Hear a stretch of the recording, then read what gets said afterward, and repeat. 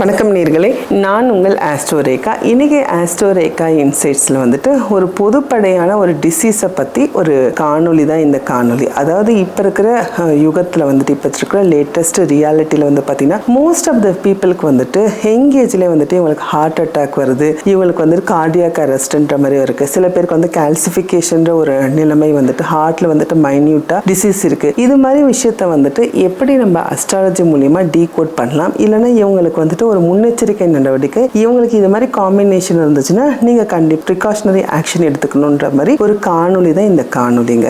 இதயம் இல்லை ஹார்ட் சம்பந்தமான ஒரு விஷயத்த நம்ம பார்க்கும்போது செவ்வாயை தான் நம்ம கையில் எடுத்து பார்க்குறோம். இப்போ செவ்வாய் ஏன் கையில் எடுத்து பார்க்கணும்னா, செவ்வாயோட காரகத்துவம் வந்து பார்த்தீங்கன்னா ஒரு ரத்தம் சம்பந்தமான ஒரு சர்க்குலரி சிஸ்டத்தை வந்துட்டு குறிக்கிறது வந்து பார்த்தீங்கன்னா அது செவ்வாயா தான் இருக்குங்க. ஸோ அதன் வரிசையில் வந்துட்டு செவ்வாய் வந்துட்டு 4வது இடத்துல, அதாவது காலபுருஷ தத்துவத்தில் வந்துட்டு 4வது இடத்துல தான் நீச்சமாகிறாரு. யூஸ்வலா 4வது இடம் வந்துட்டு இதயம், அப்புறமேட்டு வந்துட்டு உங்களோட நுரையீரல், செஸ்ட், இது ரிலேட்டடான குறிக்கிற இடம் தான் 4வது இடங்க. 4வது இடம் கண்டிப்பா பார்க்கணும். 4வது இடத்துல வலிமை எப்படி இருக்குன்றது பார்க்கணும். இப்போ 4வது இடம் வந்துட்டு மோசமா கெட்டு போயிருக்கு, ஆனா செவ்வாய் வந்து ஓரளவுக்கு பாசிட்டிவா, அதாவது வலிமையா இருக்குன்னா சில சமயத்துல அது ஒரு 50-50 இருக்கிற சமயத்துல இந்த இடத்துல கவலை கொள்ள தேவையில்லை. செவ்வாயும் பலவீனமாக கெட்டு போயிட்டு இல்ல நீச்சம் அடைந்தோ இல்ல பாவர்களால் வந்து கெட்டு போயிட்டோ 4வது வீட்டுக்கு அதிபதியும் கெட்டு போயிட்டு இருக்கிற சமயத்துல இந்த ஹார்ட் ரிலேட்டட் வரதுக்கான இஷ்யூஸ் வந்து பாசிபிள் அதிகமா இருக்கு. அதே மாதிரி இந்த தசா புக்திகள் வரும்போது நீங்க ரொம்ப ஜாக்கிரதையா இருக்கும். உங்களுடைய ஒரு லக்னத்துக்கு 4வது வீட்டுக்கு அதிபதியோ இல்ல 4வது இடத்துல வர